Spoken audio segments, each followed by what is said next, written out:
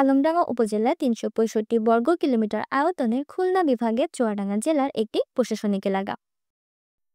আসসালামু আলাইকুম, আমি মিস ফারজানা। আজ আপনাদের ঘুরে দেখাবো আলমডাঙ্গা উপজেলা পরিষদ। উপজেলা গেটে প্রবেশ করার পরেই হাতের ডান পাশেই পাবেন মুক্তিযোদ্ধা মঞ্চ, যেখানে বিভিন্ন ধরনের সাংস্কৃতিক অনুষ্ঠানের আয়োজন করা হয়ে থাকে।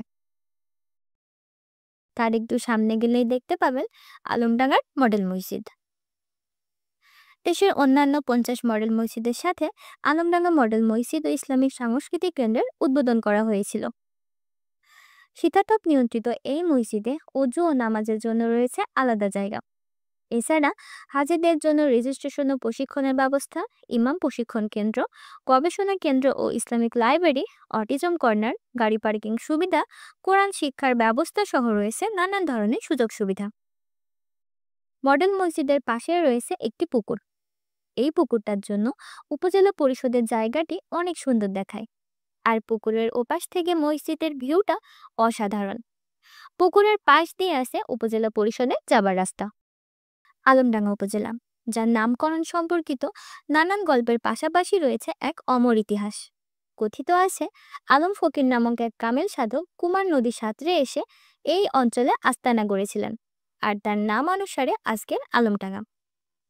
এখানে রয়েছে মাথাভাঙা, কুমার এবং নবগঙ্গা নদী, যা আলমডাঙ্গাকে দিয়েছে এক বিশেষ প্রাকৃতিক সৌন্দর্য। গ্রামের শান্ত পরিবেশ এবং সবুজের ছায়ায় ডুব দেওয়ার মতো এক অনন্য অনুভূতি। আলমডাঙ্গা উপজেলা একটি পৌরসভা ও 11টি ইউনিয়ন নিয়ে গঠিত। এর মধ্যে ভাঙবাড়িয়া, গাংনী, হারদি ও কুমার ইউনিয়ন অনেকের কাছে পরিচিত।